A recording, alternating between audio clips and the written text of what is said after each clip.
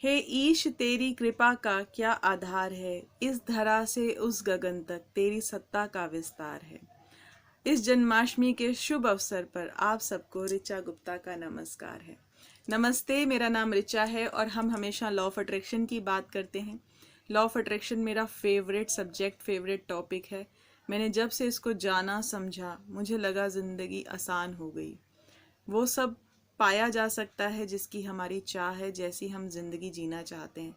No doubt मैं अभी सफ़र पर हूँ, मंजिल अभी पानी बाकी है। मंजिल तो अल्टीमेट लास्ट है, लेकिन जो सफ़र है वही अगर स्मूथ हो जाए तो बाकियों को के साथ ज़रूर शेयर करना चाहिए। ऐसा कहना है मेरे मेंटोर, मेरे योग गुरु का, कि उसे बांटें ज़रूर, अपने अंदर ना रखें।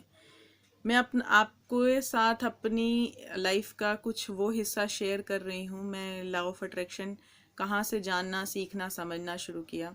मैं बहुत कर्ज में थी, बहुत तकलीफ़ में थी, बहुत ट्रॉमा में थी, फैमिलीज़ इशू बहुत सारे थे और सुसाइड करना आसान लग रहा था ज़िंदगी जीने से। ऐसे लगता था कि इस ज़िंदगी को जीना बहुत मुश्किल है और आसान है तो इसको इस टाइम ख़त्म करना। और वहीं से एक चेंज आता है जब मेरे पिताजी एक राइटर हैं, एक पोइट हैं, एक अच्छे आर्टिस्ट हैं और उन्होंने उन चीज़ों को देखना शुरू किया, महसूस करना शुरू किया। तो उन्होंने मुझे समझाना चाहा कि बेटा वो निराकार है, इधर उधर मत भटको, मंदिरों में, पंडितों के पास या किसी गिरजाघरों में कहीं इधर उधर बिल्कुल भी मत जाओ, अपने अंदर देखो।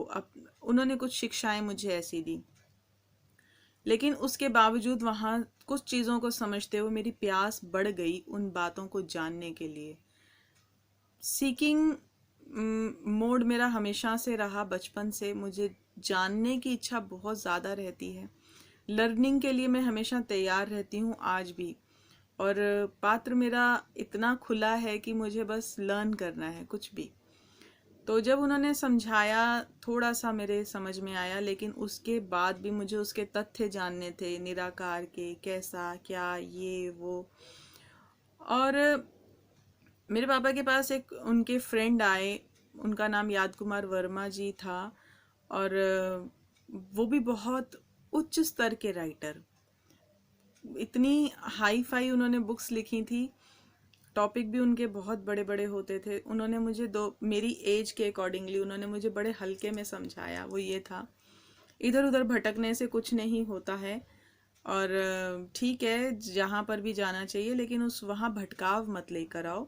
हम जिंदगी में दो देवता रोज देखते हैं, ठीक है, और हमने किसी देवता को नहीं देखा, वो सब किताब के हैं, नाम के हैं।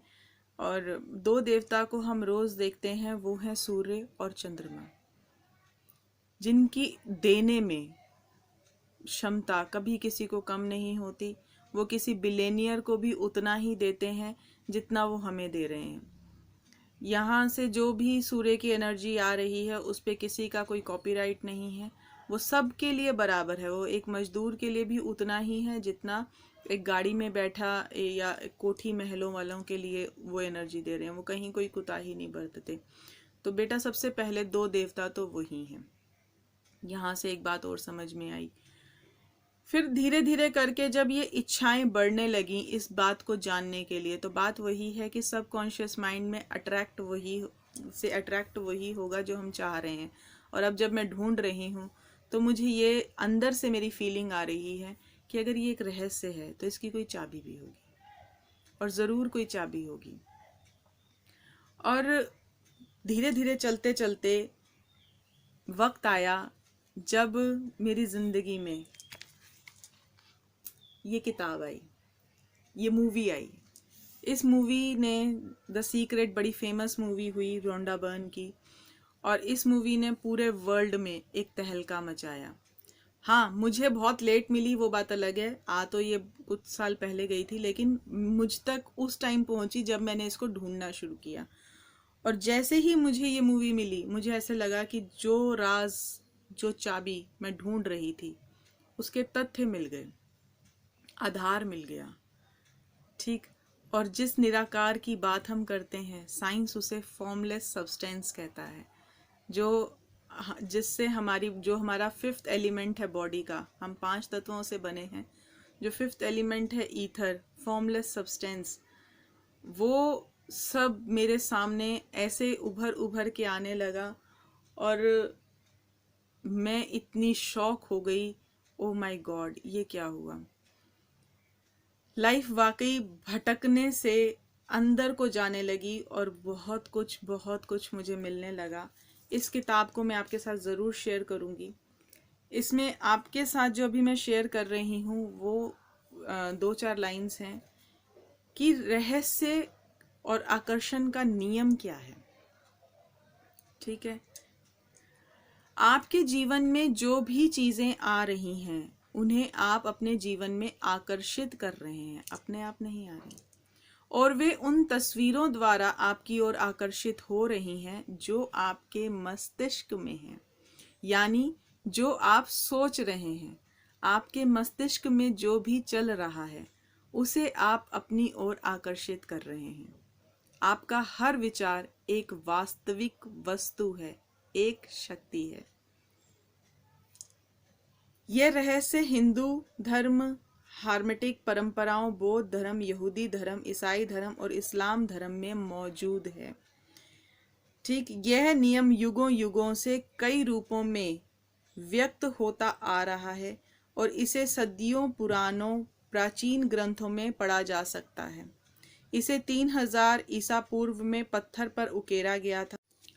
हालांकि कुछ लोग इस रहस्य के ज्ञान को हासिल करना चाहते हैं और उन्होंने इसे सचमुच हासिल कर भी लिया है, लेकिन यह हमेशा मौजूद था और कोई भी इसे खोज सकता था।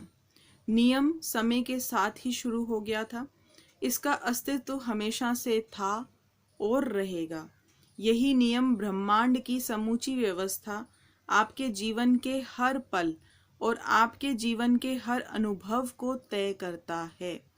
इससे कोई फर्क नहीं पड़ता कि आप कौन हैं या आप कहाँ हैं।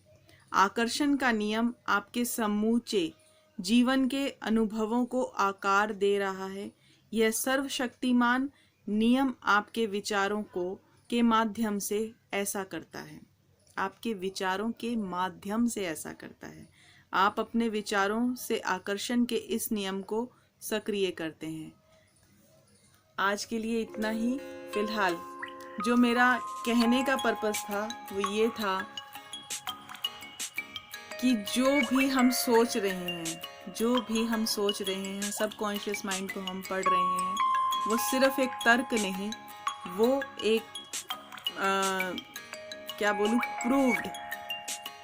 प्रूव्ड साइंटिफिकली प्रूव्ड है कि जो हम सोचते हैं वैसा ही हमारे जीवन में होता है। तब तक के लिए अच्छा सोचिए। नेक्स्ट वीडियो तक के लिए, till then stay safe, stay happy. Thank you. Good luck.